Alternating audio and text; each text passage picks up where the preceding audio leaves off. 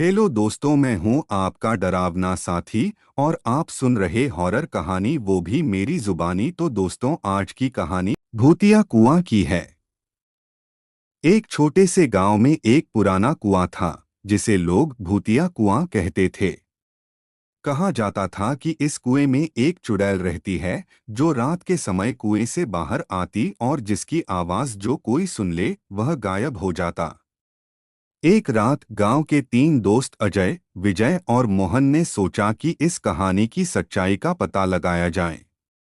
वे तीनों हिम्मत जुटाकर कुएं के पास पहुंचे। रात का समय था, आसमान में घने बादल थे और हल्की हल्की बारिश हो रही थी। कुएं के पास पहुंचकर उन्होंने देखा कि चारों ओर घना अंधेरा था और कुएं से अजीब सी आवाजें आ रही थीं। अजय ने हिम्मत दिखाते हुए कुएं के पास जाकर नीचे झांका। अचानक उसे एक ठंडी हवा का झोंका महसूस हुआ और कुएं से एक दर्दनाक चीख सुनाई दी। वह डरकर पीछे हट गया, लेकिन विजय ने मजाक उड़ाते हुए कहा, "ये सब दिमाग का खेल है। ऐसा कुछ नहीं होता।" विजय ने कुएं में एक पत्थर फेंका। तभी कुएं से एक डरावनी हंसी की आवाज आई। वे तीनों स्तब्ध होकर खड़े रह गए।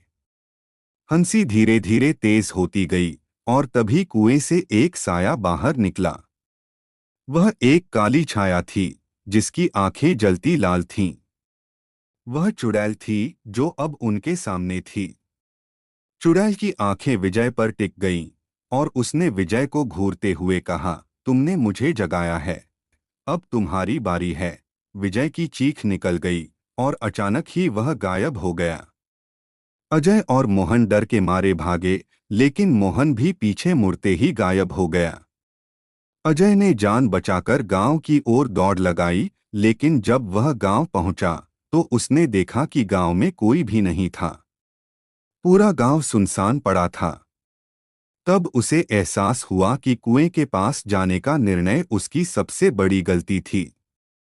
आज भी कहा जाता है कि अगर रात के समय कोई उस कुएं के पास जाता है तो उसकी चीखें गांव के चारों ओर गूंजती हैं, लेकिन उसे कोई नहीं देख पाता।